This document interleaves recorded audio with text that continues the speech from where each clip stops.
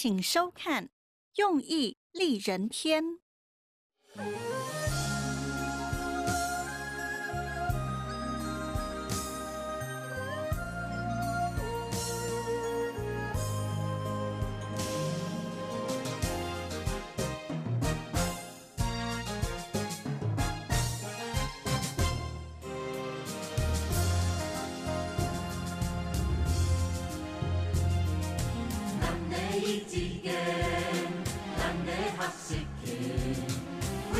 紧守道，为同学来建步，大家学业经，做人处事可安心，做人处事可安心，大家学业经，身体健康心安眠，身体健康心安眠，大家学业经，做事工作可顺心，做事工作可顺心，大家学业经。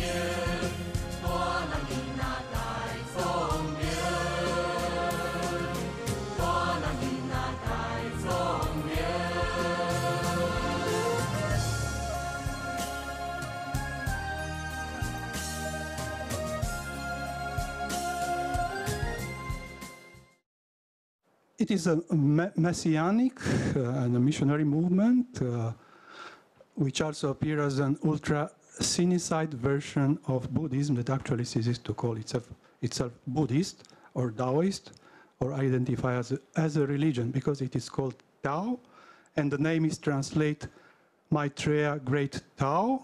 Yeah, it is not a Tiao, and it is expressing a role of spiritual superstructure in which every person, member of any religion, and we can find this in other movements, may find their place on earth and eventually, and in the end, the salvation.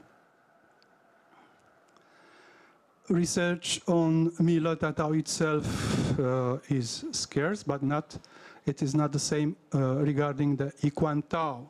Everybody knows Ikuan Tao, but nobody talks about Ikuan Tao in Milota Tao. Yeah, it's not a secret. You can ask about Ikuan Tao, but nobody told me until I found out from someone else that it was it has links with Ikuan Tao.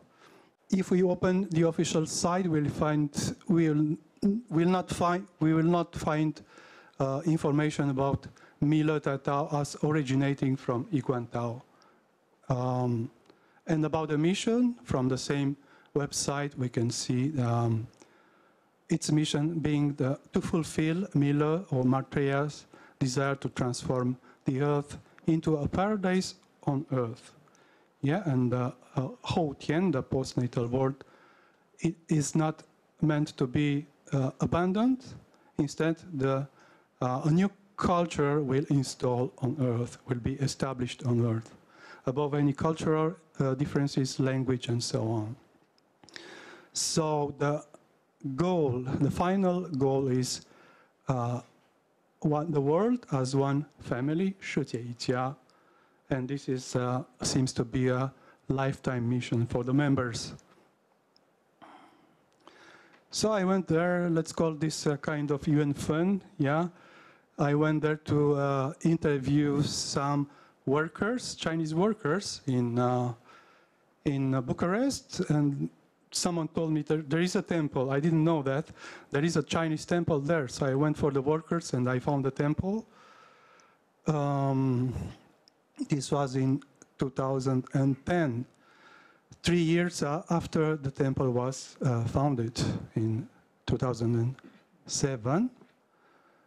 There was also a shrine, a small shrine, a private shrine from the year 2000 to 2007, not accessible actually. Now the temple is a public place. So since that time, since my first visit, I acted as a translator. I participated in documenting the place with interviews, photos, and videos this time. And how about the surroundings, the neighborhood? It is like something that was 40 years ago, it was like countryside in New Bucharest. Yeah, you could see cows, yeah, and on pastures. And it's developing, but still looks like country. You can see country houses. This is who went to Romania will know what I mean. And in southern Romania, yeah. And despite the missionary element in Maitreya Great Tao, there seems to be no chance to make new adepts among the surrounding community because people are conservative. They help, yeah, they help. They can be nice with people from the temple, but they will never change their religion. So they will preserve their Christian Orthodox one, but still respecting the temple and the people from the temple. So they have good neighbor-like relationships. So this is a gate, you see, a house with just one ground floor. One can see here, Guang Li Fo Tang. So I translated Guang as infinite.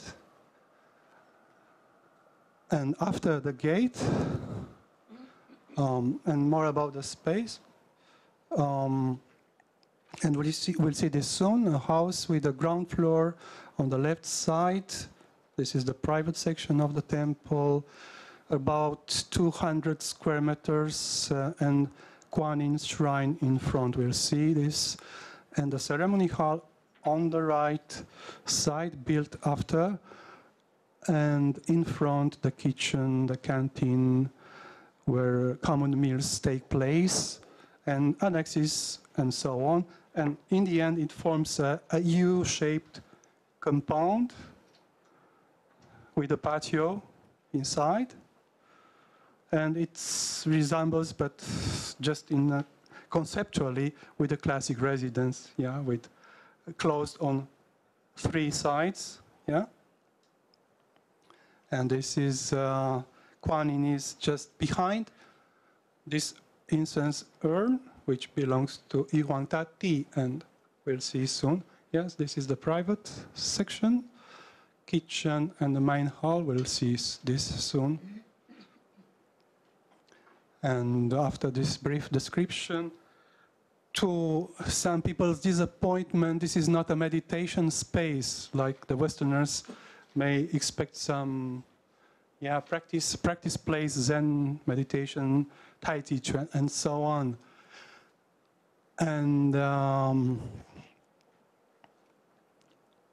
the key person I interviewed is Xu H, the priestess, so which is Tian Chuan Shi, and also Jing Li, a manager. So she can initiate. She has the mandate to initiate people, and she's also the manager of the place, of the temple. And she says Chan Buddhism, Zen Buddhism is also at the roots of Mila Tatao, but this is not a meditation, and will never be a meditation place, a place to, tatsu and practice things, Taoist things, or Buddhist things. And something that is not very visible, the supreme deity is the venerable, sorry for the mistake, venerable mother, Lao Mu, called in Chinese. We can see Maitreya Buddha and his big belly, yeah, in front, but we'll never see an anthropomorphic representation of the mother, like the golden mother, you see. And there are also 2 on sides, symbols only like moon and sun for the founders, Zhang Tianran and Sun Yuehui, Shizun and Shumu, representing the sun and the moon and yin and yang. And also, I'll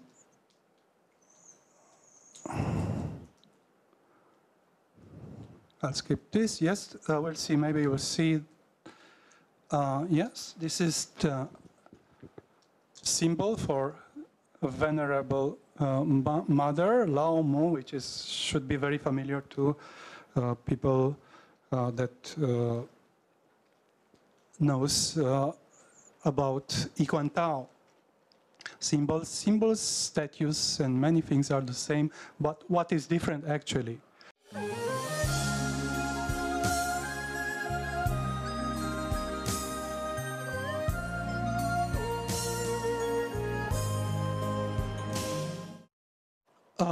Sometimes the mother is called Shang-Ti, like the same term used, as everybody knows, used in for the Christian god, Shang-Ti. And it is a female god, a female creator, creatrice. Yeah, so we may connect her figure with Niwa maybe, or Siwang Mu, or other mythological or Taoist goddesses, characters. But I don't think there is any thread, yeah, like coming from Siwang or Niwa, but just choosing a generic mother goddesses, skipping all the steps. So a deity that can be ancient and also modern before and beyond any religion. She also, the priestess also hints the matriarchal system as a basis, also skipping all the steps or evolution of Chinese pantheon. She mentions the pictograph that existed in Jiaku, in ancient writing, found in as an archaeological fact. So it does not specifically belong to Buddhism or Taoism. And about other gods, we'll see Kuan Yin, and also Tuti Kung. We'll see we'll find Tuti Kung, a small statue of Tuti Kung in the temple, and Kuan Ti by accident, probably because the people of the temple avoid to express, to show many gods. They are expressed by voice, but never expressed by statues. And this is all that seems to cover the matters of visible pantheon.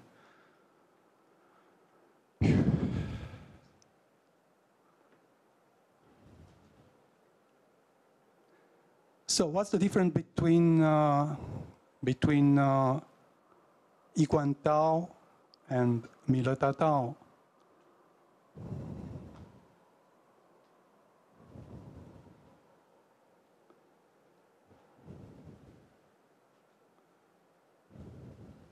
There are many details. We can see here Tian Pan, things, concepts like this.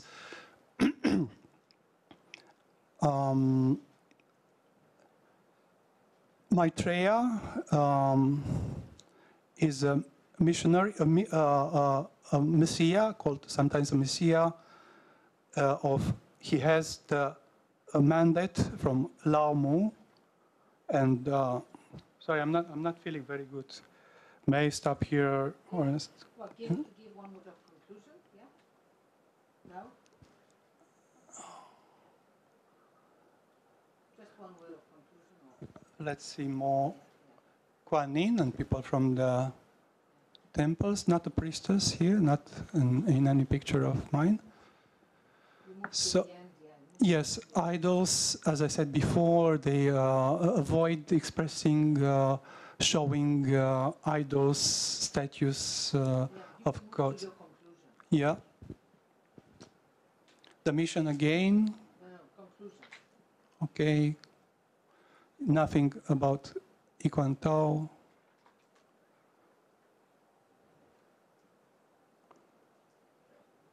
Can you move more? No? More. Yeah, because anyway, your time is Veganism. Yeah, excuse me. I didn't manage very well at the time, so I. Yeah, I will end with a picture of the main hall during a day of ceremonial day, a liturgical day like 1st of the lunar calendar or the 5th of the lunar calendar. Yeah, where we can see tens of people coming. We can also find temples in Europe, in some capitals like Budapest, Vienna, Paris, and Barcelona. And about the resources, yeah.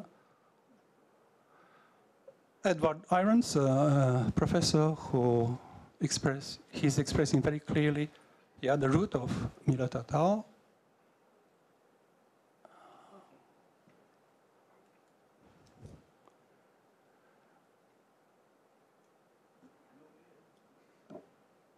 Yeah, it is called a Tao. Yeah, it is a way. So concepts like religion, sectarianism, new religious movements, are they suitable to translate concepts such as Tao or Tiao?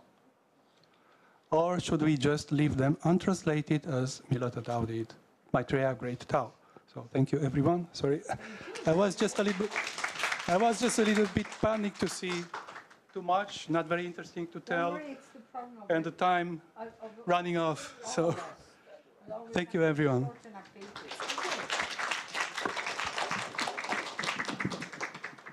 So it's my pleasure now to introduce my neighbor at the table last night. Yes, so Mrs. Lee Yu-Chen, who was the professor of Fiona host. So we do have a transmission story here. And she's going to talk about Wei Xin Chen Jiao, because she says that after knowing Fiona for so many years, she became very interested in Wei Xin Chen Jiao. And so she decided to speak about that. So your title is The New Religion Wei Xin Chen Jiao, to leverage culture and religion to bridge the gap, the gap. Yeah, the gap. GAP, yes. GAP, sorry. Okay, that's okay. All right, so your turn to speak, please. Thank you. Good afternoon, everyone.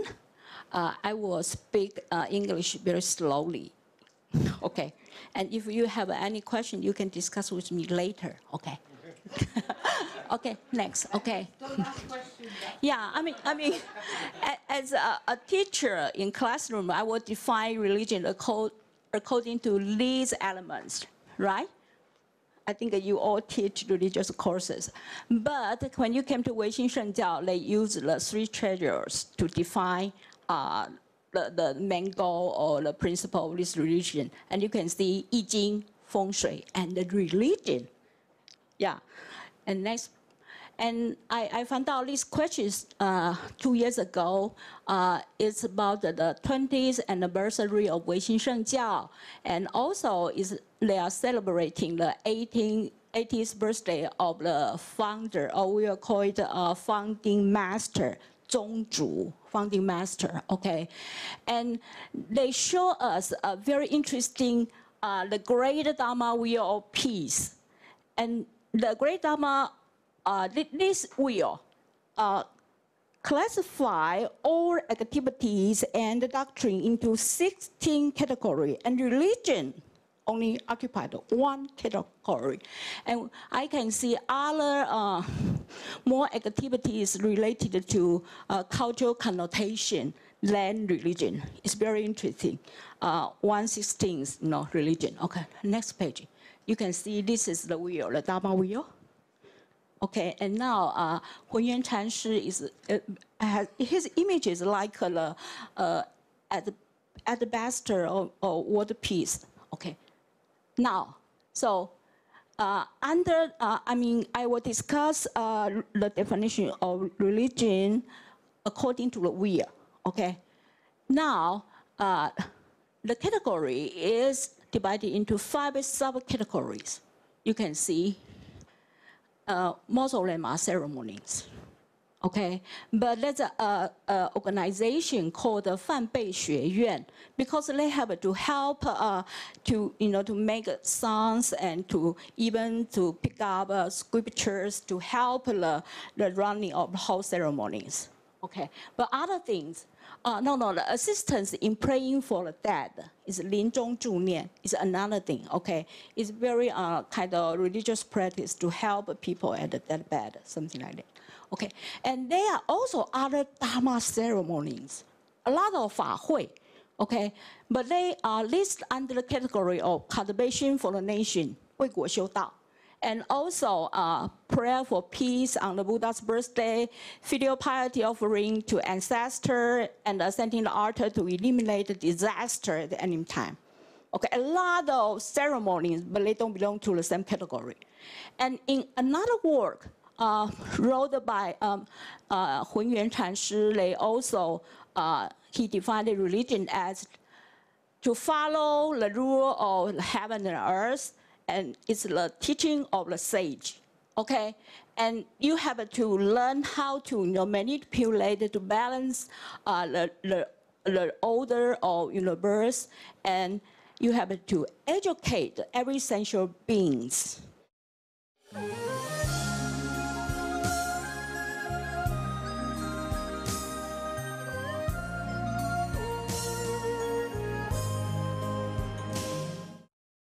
To transcend the gap. Okay.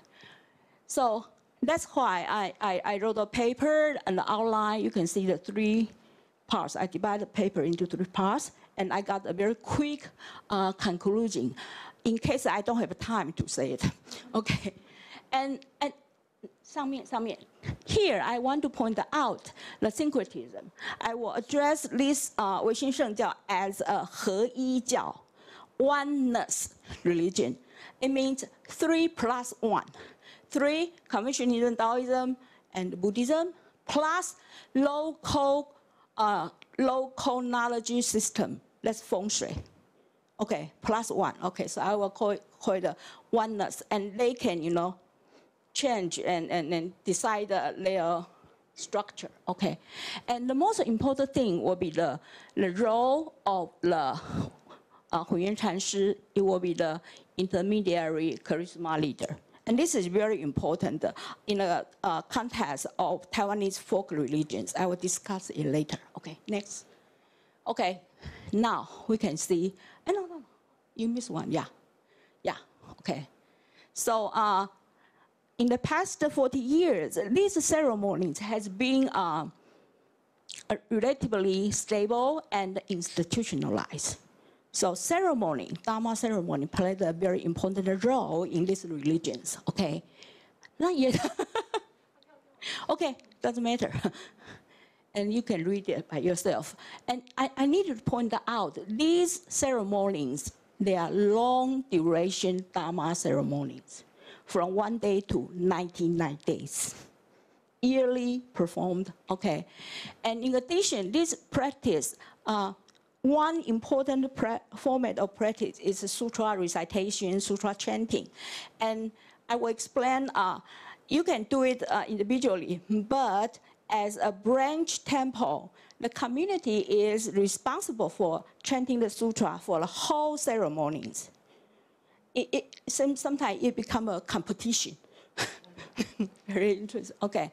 And the key is the leader, okay. His role. Okay, next. And there are 4 most important ceremonies I participated. Okay, and be honest, I didn't participate in the 99-day ceremony from the beginning to the end. I got to drop by. Okay, next. The first one is the 1-day drama ceremony in New York. You just participated 2 days ago. Okay, and the category doesn't belong to religion, but for the cultivating the way for the country. You see, it's very important. Okay, the next is a 7 days ceremony. Okay. I need to check my note. Sorry.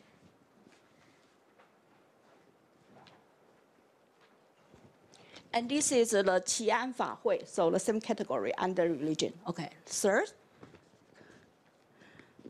is the 12 days ceremony. And you can see there's 2 deities will be worshipped. One is Avalokiteshvara, and the other is the 王禅老祖. Okay, and it's very important to point out this ceremony. There's a schedule. Usually between two ceremonies, 混元禅师 will design summer seminar to lecture on certain sutras. Okay, and after they have a deeper understanding of the sutras, then he will design a ceremony devoted to the sutras. And then during the ceremonies, he will spend the time, sometimes every afternoon, to lecture on the sutras. So the ceremony won't be divided from sutra writing and teaching. It's a very interesting way to promote, to propagate your doctrine. Okay, next. And this is the statue of Wang Chan Lao Zu. I think we have time to visit. And the other is the center, the Chanjishan Xianfo Si, the gate. This gate symbolizes the southern gate of heaven. So between Pure Land, there's a heaven, ritually created. Okay, and then all those your wishes, your a lot of sacrifice, those 灰宝, 灰烬 was sent to here. And during the ceremonies, everyone get together to chant the sutras, to do rituals, to protect this universe. But when in ordinary days, who would do it? Only Hun Yuan Chanshi continuously purify these ashes over there to keep our world peace. Okay, next. So the role of Hun Yuan Chanshi in ceremony is very important, right? And it's very, another stuff, I'm thinking, is his role like a Taoist who created new rituals? I don't know, because he's more like a media. Okay, and here we can say he personally decided and supervised everything. Okay, so they have as I mentioned, they have a committee, everything, but he joined from construction to a lot of public announcement to the deity and personal appear on paper and a lot of things. Okay, so demonstrate his emphasis on ritual and his design capabilities. He's very creative. He knows how to design rituals. And next, this is a note. He will send the notes by handwriting to the committee to correct this, to correct that. And sometimes they feel confused. And then, who was another there? Hun Yuan Chanshi found out there's some trouble of the reverse of who burning the incense or something, and he will appear and to interrupt it, to correct it. They were treated like a santong or something like that. Okay, next. And next. Okay, this is very important. This is what I call the Bangwen, the public announcement. The first, you have to write the time and the appeal, and then all the deities you are invited. And then sutras, how many times you will be right. And you can see there are so many sutras. When the list of ceremony getting longer, then the title of sutra getting longer too. And they have decided how many times, right? Okay, and sometimes if the ceremony seems doesn't work very successfully, and the Hun Yuan Chanshi will say, no, we should do more. Go home, chant more 1,000 times, more 10 million times or something. You see, so that's what I say, it will become a competition. Okay, and then the end will be who will come here, those Ling or those ghosts who will come here to receive the donation, the food at the end. Okay, and next, please. Okay, okay, so, and there's another important ritual is the ending ritual of 1990 ceremonies. It's also a public demonstration and the transmission of the Dharma lineage.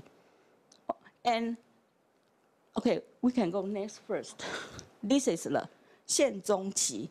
Every branch temple owns their own flag, and they will come here, you know, to give their respect to Yuan-Xin and his wife. And next.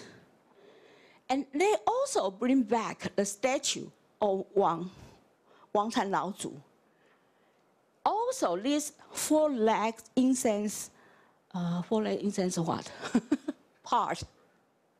And it's very important that they put those ashes, we will say 香火, in this box. And their statue, they send them back to the center to be recharged with magical power yearly. This is very popular practice in Taiwan, like Mazu. They will send their incense back and also the statue back to the natal temple or to the central temple to recharge the magical power, to reestablish the affiliation. Very, very similar situation, okay? And you see?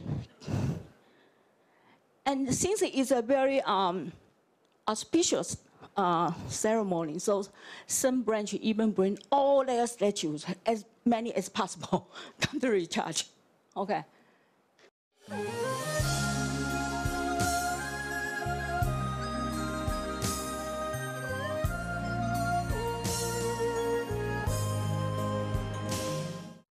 So we can see the religious, then let's think about the religious identity.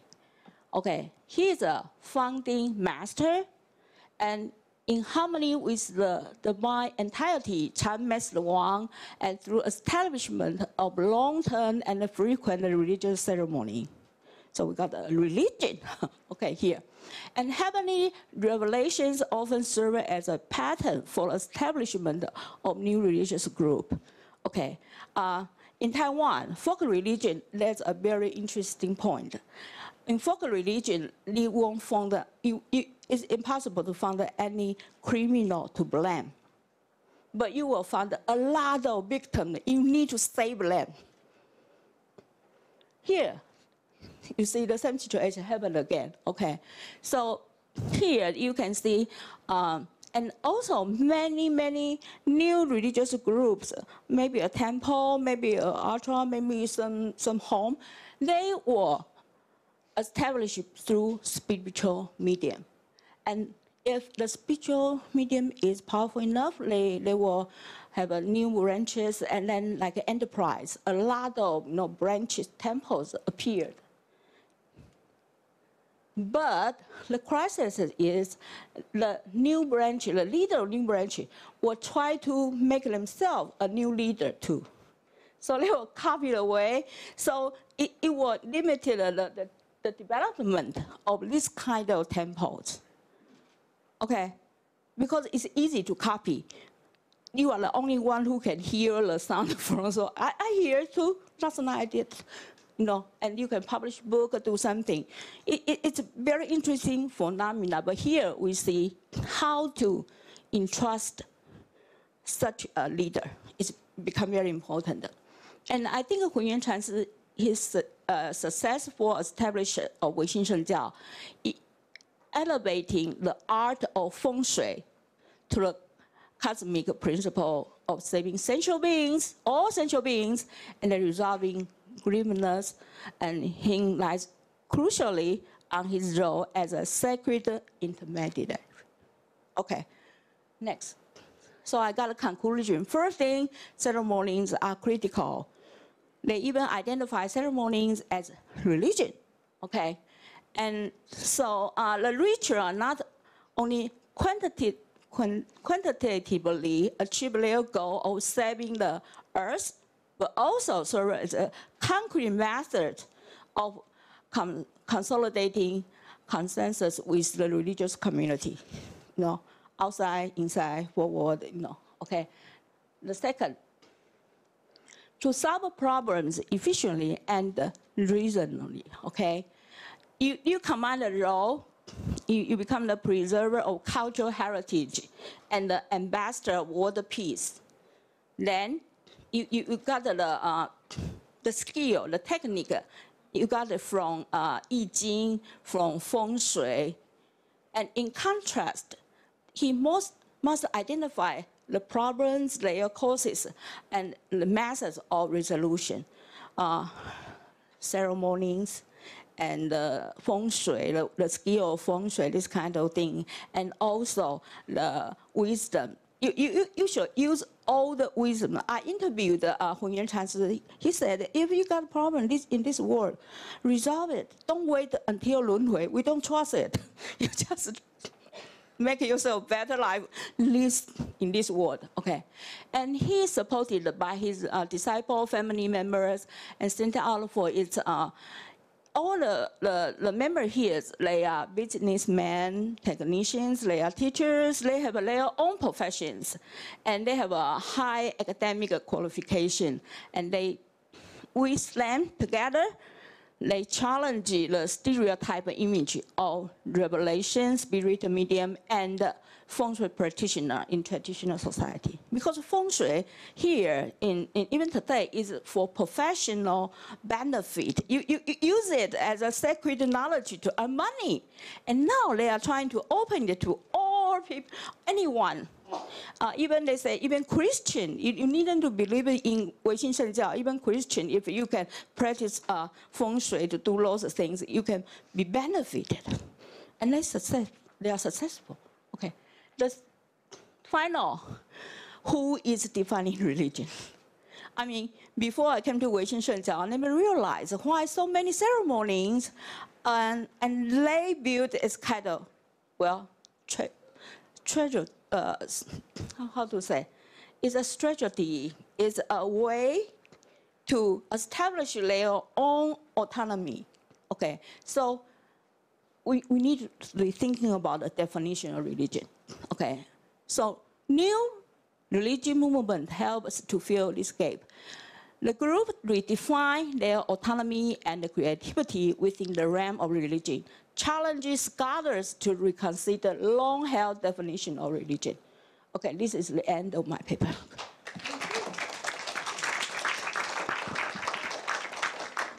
Thank you. Perfect. Yes, and it's you've already okay. So this is a great honor to introduce Fiona CHANG as a speaker, because of course everybody knows who she is. She's the daughter of Grandmaster, and she's a little bit, as I did for the others. And she has been, of course, a major organizer or co-organizer of our conference, and also of the ancestor ceremony.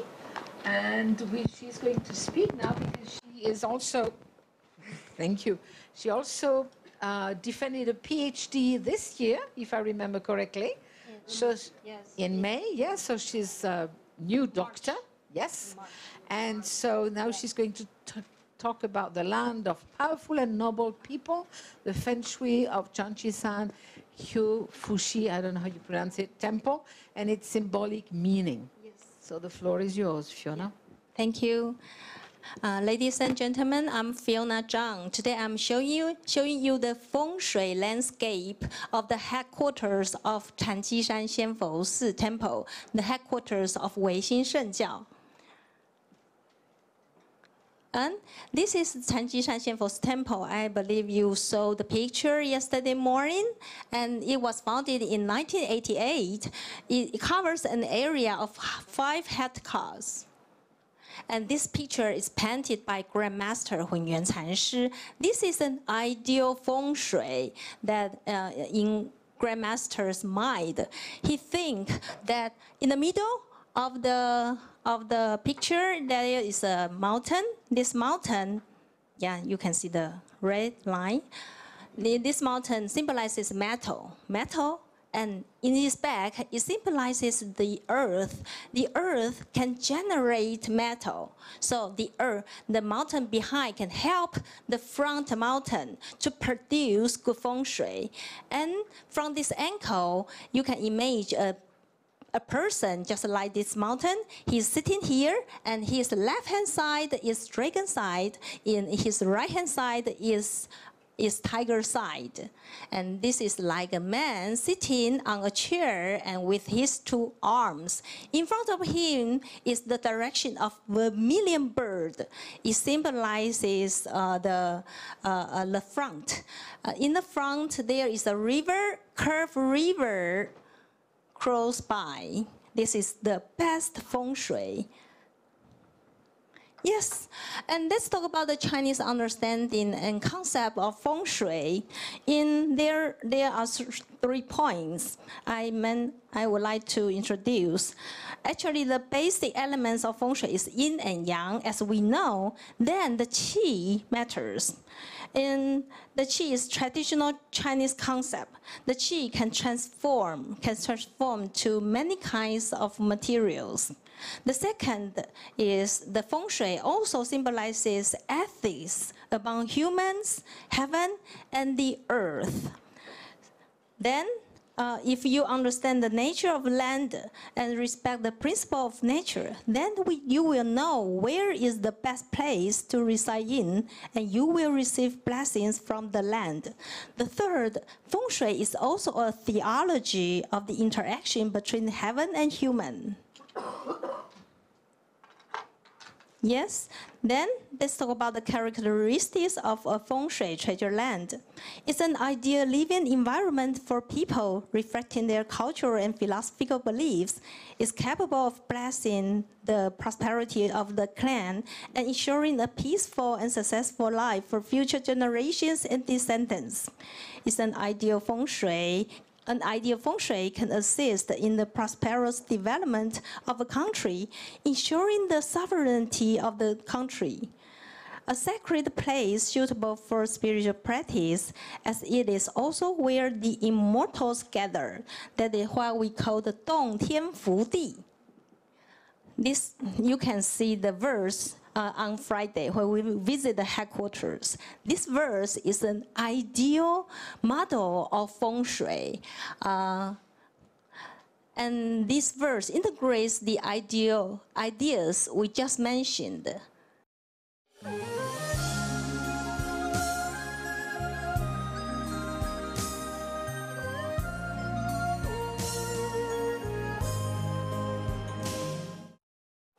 Yes, this is the headquarters.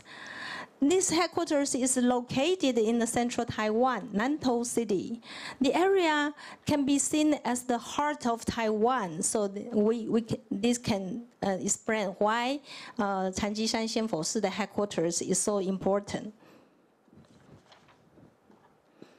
Then you can see the 99 peaks. It's just in front of Xianfo Temple. If you fly high and look outward, you can see the mountains. There are 99 peaks.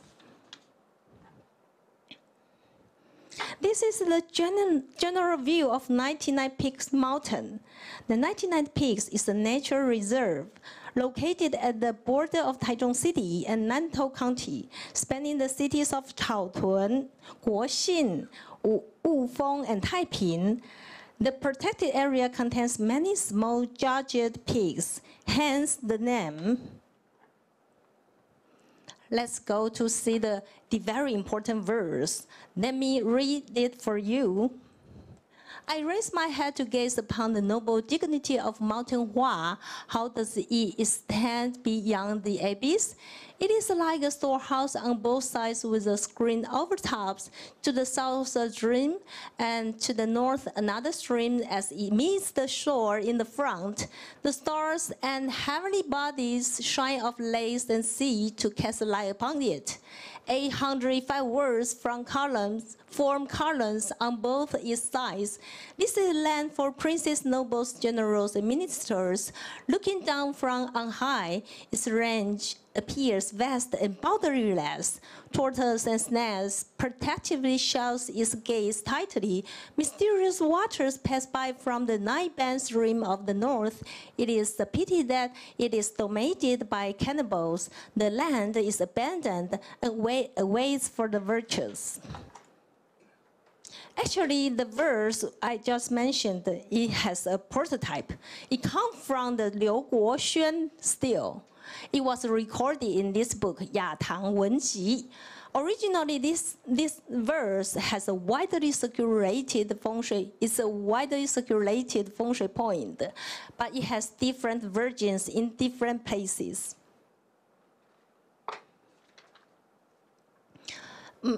I think many of you know Zheng Chenggong. He is very important to Taiwan. Zheng Chenggong was recognized as a representative force in anti-Qin dynasty and restoration of Ming dynasty activities. Then he established the Zheng Shi Wangchao, Zheng Kingdom in Taiwan. Taiwanese people honor Zheng Chenggong for expelling the Dutch, establishing Han Chinese political authority, cultivating Taiwan, and etc. Hence, he was deified as an ethnic hero. And Liu Guoxuan was Zheng Chenggong's military officer. He led troops to suppress the indigenous people of the Mid-Duck tribe, 大渡王国. The tribe then fled to the vicinity of present-day Puli. At the banks of the Beigang River, he found a sacred feng shui place. It is said that Liu Guoxuan left a verse on the stele to describe the feng shui layout of this area. Actually, this is not a stele because the stele cannot be found now. Then let's take a quick look at the original verse. Most of the contents are the same with the Changjishan verse. I don't talk about the differences here. I just show you quickly. According to the verse of Liu Guoxuan, the place of great feng shui is situated at Guoxin Xiang, Guoxin Township, Nantou County. However, he didn't mention the real location clearly at the time. In 1981, Grandmaster Yuan-Xin inspected the terrain and realized that the authentic feng shui is situated at the current location of Changjishan Xianfo Temple. Now, the verse has been revised to describe the grandeur and greatness of the Changjishan Xianfo Temple. The verse also symbolizes the greatest ideal feng shui in the world. It can also be used to refer to any ideal geographical situation on Earth. Yes, let's take a look at the map. Google Map is so useful. I appreciate it very much. You can see here is the Changjishan Xianfo Si. It's facing northwest, and in front of it is the Wuxi Dark Creek.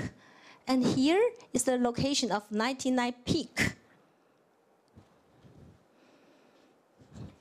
Because the mountain where Changjishan located just like a turtle, so the valley is called Fugui Cun, Fugui Valley.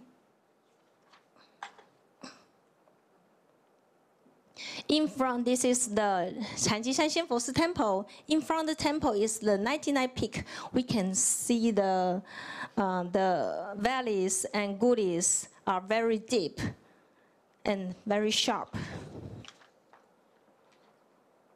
So let's move on to what Grandmaster says. What Grandmaster Yuan-Xin, he elucidates the feng shui. I will explain sentence by sentence. The first sentence, I raise my head to gaze upon the noble dignity of Mountain Hua. How does it stand beyond the abyss? It means that the valleys and gullies of the mountains are very deep. And just like, sorry, previous one. So the gullies just symbolizes the difficulties of life. So the poet Liu Guoxuan signed and say, how can we overcome the life obstacles? Then the next sentence is, looking up at Huashan, it is noble and dignified. It means Huashan is another name of the 99 Peak, aka Huashan. Huashan is another, and it represents people's self-nature. How does it extend beyond the abyss? Grandmaster mentioned the 风水幻, the trigram, 风水幻. It means 立涉大川, benefit of crossing the great river. And it points out that this abyss in the great river of life and death also can be seen as the thoughts of life and death. That is, the other shore and this shore, 此岸和彼岸. In front of Hsin-Fang's temple, there is the dark creek. The water is dark, indicating ignorance. If we want to cross the realm of ignorance, we need to learn the wondrous Dharma, 易经风水, and cultivate with great wisdom, which is religion.